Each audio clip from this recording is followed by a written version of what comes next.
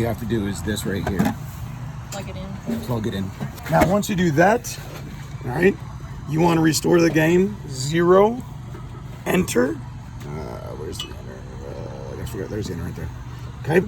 So now the next thing they do is you push new game, second button down, new game.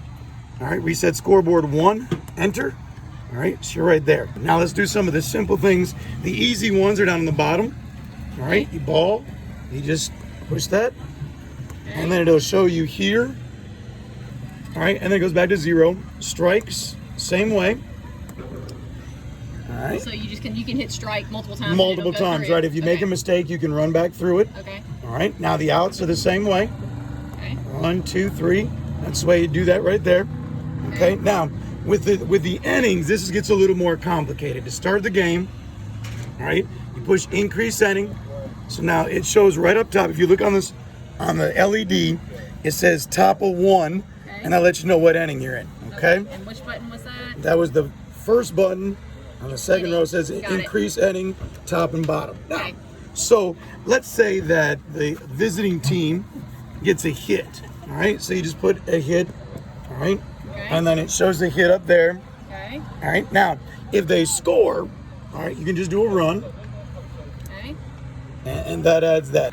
What happens next, which is very important, is that when they change sides, you got 3 outs, they're going to the bottom of the inning. You must come over here and click the increase inning top to bottom. Okay. Because now it says right here up top, you'll notice bottom 1. Okay.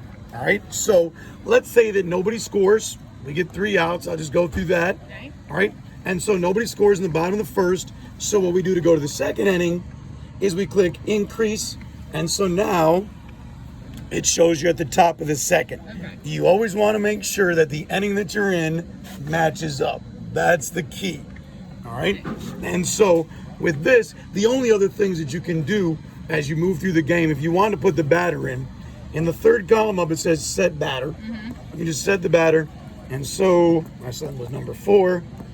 All right. So number 4, that's the batter. And then you can see it out in the right field scoreboard on the top left-hand side. The only other thing that happens during an inning, if there's an error, if we're in the top of the second, and there's an error on the home team, you just click error, and that gets posted up on the home team out on the scoreboard on the bottom. And that's another reason why it's important that when you increase the inning, you make sure, like right now we're in the top of the second. All right, so you make sure there. Now, if we go to the bottom of the second, we switch sides, that 0 comes up on the top, and that's a good way to check where you are. The only thing that can get tricky is if you make a mistake.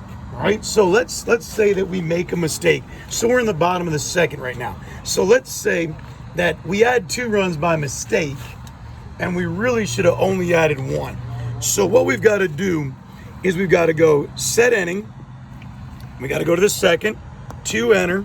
Now we're in the bottom. So you did set inning. Right, and then we want to be in the bottom, so that's 1, enter. All right, so now we're there. Now we want runs, so we got to set runs. We're going to edit the inning. We're going to go to 2 because that's where we made the mistake. Enter. And then we want to set runs at the top. That's still a 0. That stays there. And now we've got the 2